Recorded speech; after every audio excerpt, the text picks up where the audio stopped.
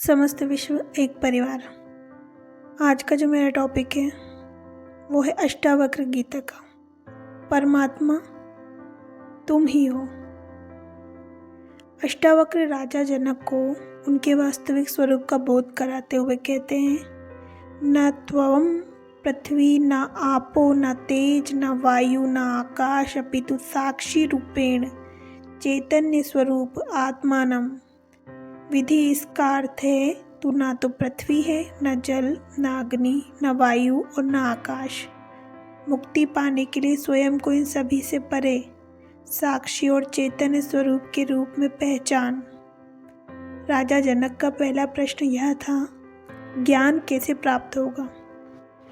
अष्टावक्र इस प्रश्न का उत्तर देने से पहले ज्ञान की अनिवार्य शर्त वैराग्य की व्याख्या करते हैं। इसके बाद वे राजा जनक को उनके निज स्वरूप का साक्षात्कार कराते हैं। अष्टावक्र बताते हैं कि मनुष्य केवल शरीर तक सीमित नहीं है, वह चैतन्य आत्मा है। आत्मा ही उसका वास्तविक स्वरूप है और वही उसका स्वामी है।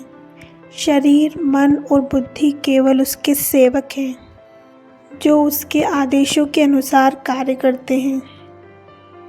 क्योंकि यह शरीर और इंद्रियां स्थूल हैं, इनका प्रत्यक्ष अनुभव होता है, लेकिन आत्मा सूक्ष्म है और उसके ज्ञान के अभाव में यह भ्रांति होती है कि मैं शरीर हूँ।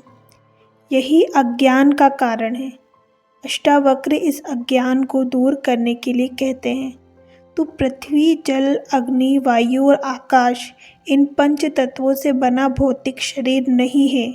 यह पंच तत्व भौतिक और नश्वर हैं, जो मृत्यु के समय नष्ट हो जाएंगे। लेकिन तू जो आत्मा है, इनसे परे है। मृत्यु के बाद भी तू अपनी यात्रा जारी रखेगा, क्योंकि आत्मा अमर है। मनुष्य के शरीर को पुराने वस्त्र की भांति त्याग कर आत्मा नया स्वरूप धारण करती है। यह शरीर केवल एक वस्त्र है और तू इससे भिन्न है। यह भौतिक शरीर पदार्थों से बना हुआ है, लेकिन तू वह नहीं है। तू घर नहीं है, बल्कि उसमें रहने वाला स्वामी है। तू इस शरीर में निवास करने वाला साक्षी और चैतन्य स्वरूप है। यही चैतन्य